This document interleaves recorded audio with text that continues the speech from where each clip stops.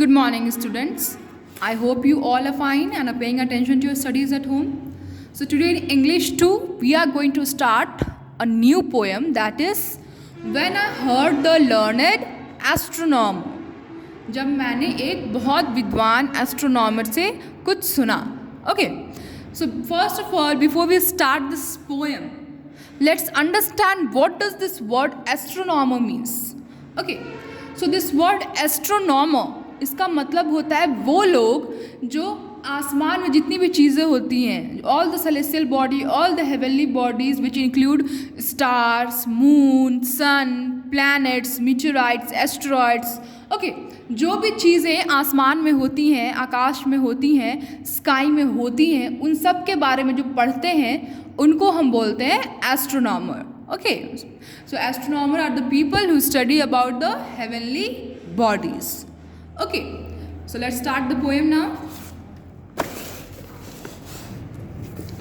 Let us now read a poem written by Walt Whitman about his experience of meeting a learned astronomer. ये poem Walt Whitman ने लिखा है and it's about his experience, उनको जो experience हुआ when he met that learned astronomer.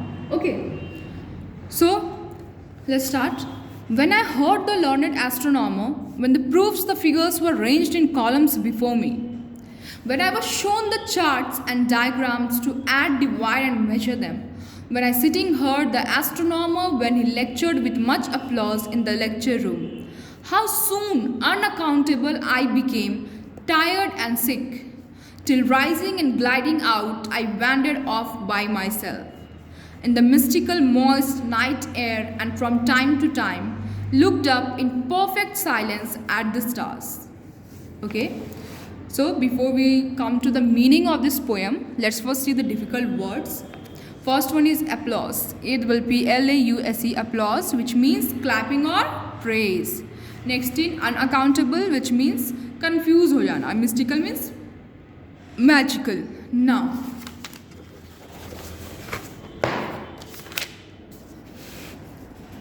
okay, so here also it's given, an astronomer is a scientist who studies the heavenly bodies in the universe such as the sun, stars, moons, planets and comets. Okay, तो जितने भी heavenly bodies होते हैं universe में उनके बारे में जो पढ़ाई करते हैं उनको हम एस्ट्रोनॉमर बोलते हैं. So we read the poem, now let's come to the meaning of the poem. So इस पोएम में पोएट उस समय के बारे में याद करते हुए बताते हैं जब वो एक लेक्चर अटेंड करने गए थे, एक बहुत पढ़े लिखे एस्ट्रोनॉमर का लेक्चर अटेंड करने गए थे. अंडरस्टूड? वहाँ पे वो जो एस्ट्रोनॉमर थे वो उनको और बाकी जितने भी लोग थे उनको हेवनली बॉडीज़ के बारे में, यूनिवर्स के बारे में बता रहे थे थ्रू फैक्ट्स, फिगर्स के साथ, फैक्ट्स के साथ जो भी पढ़ा है उन्होंने वो सारी चीज़ें बता रहे थे, फिगर्स दिखा रहे थे, डायग्राम्स दिखा रहे थे, उनको समझा रहे थे वो सारी चीज़ें जो भी उन्होंने यूनिवर्स के बारे में पढ़ी है through physics, chemistry and maths. उनके थ्रू उनको सब कुछ समझाने की कोशिश कर रहे थे. ओके, जब उन्होंने अपना लेक्चर ख़त्म किया तो जितने भी लोग वहाँ बैठे थे सब ने तालियां बजाई उनके लिए, उस एस्ट्रोनॉमर के लिए. बट जो पोएट थे वो बहुत कंफ्यूज्ड हो गए, उनको कुछ समझ में नहीं आया, उनको सब बहुत, उनके दिमाग में सारी चीज़ें उलझ के रह गई. He could not understand everything. Okay, फिर उसके बाद जब वो रात को बाहर निकले और उन्होंने आसमान में स्टार्स को देखा, देन ही फेल्ट बेटर, तब जाके उनको अच्छा लगा.